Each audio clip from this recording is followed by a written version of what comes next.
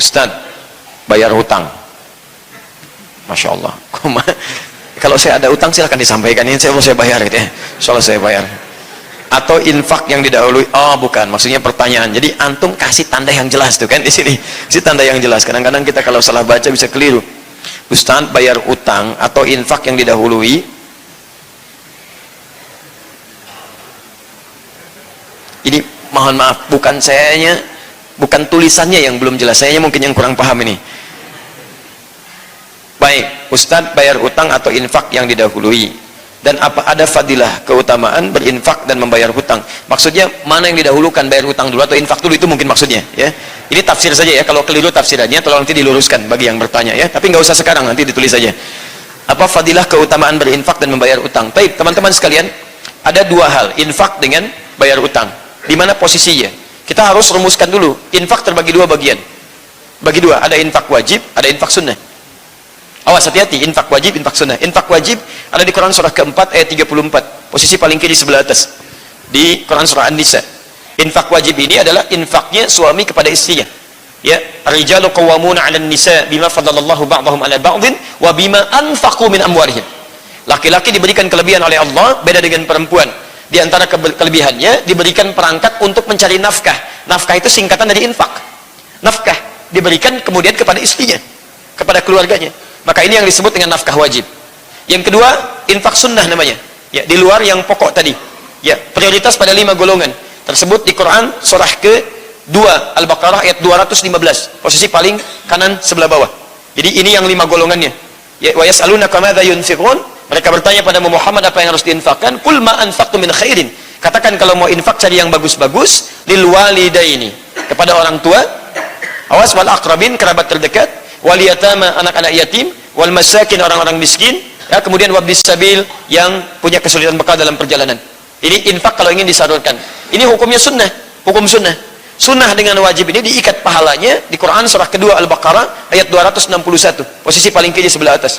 Mathalul ladzina yunfiquna amwalahum fi sabilillah kamathali habbatin ambatat sab'a sanabil fi kulli sumlatin mi'atu habba wallahu yudha'ifu liman yasha wallahu wasi'un alim. Baik, ini terkait dengan infak. Jadi ada yang wajib, ada yang sunnah. Sedangkan membayar utang itu hukumnya wajib. Enggak ada yang sunnah. Nah, sunnah bayar utang. Masya Allah, enggak ada, wajib utang dibayar. Bahkan kalau Anda punya utang kemudian tiba-tiba misalnya meninggal dunia, Nabi diantara yang paling enggan menyolatkan seseorang, ya orang yang walaupun dia baik tapi masih ada tanggungan utangnya. Beliau katakan silakan saudaranya aja atau yang lain menyolatkan. Saya belum bisa menyolatkan dia. Ya, jadi hukum Anda untuk meminjam uang kepada orang lain atau meminjam barang sebagai hutang, itu kalau memang Anda berhak untuk meminjamnya, itu silahkan masuk dalam kategori sunnah, silahkan. Sunnah itu dianjurkan untuk mengatasi kesulitan yang tidak dimungkinkan sesuai dengan meminjam. Tapi membayarnya itu wajib.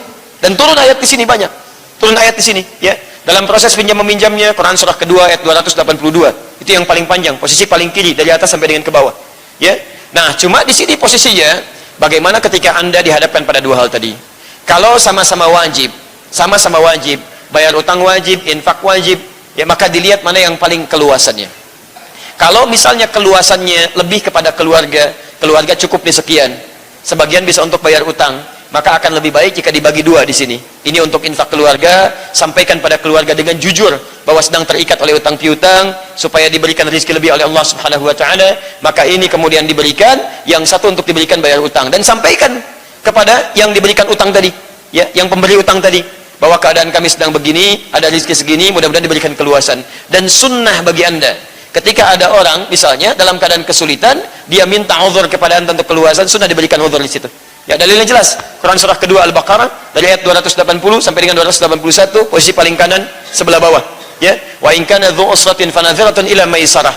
Jika ada seseorang yang diutangi, mohon maaf, kemudian dia hendak membayar tapi dalam keadaan sulit luar biasa, maka akan lebih baik kalau dia memberikan tangguh di sini.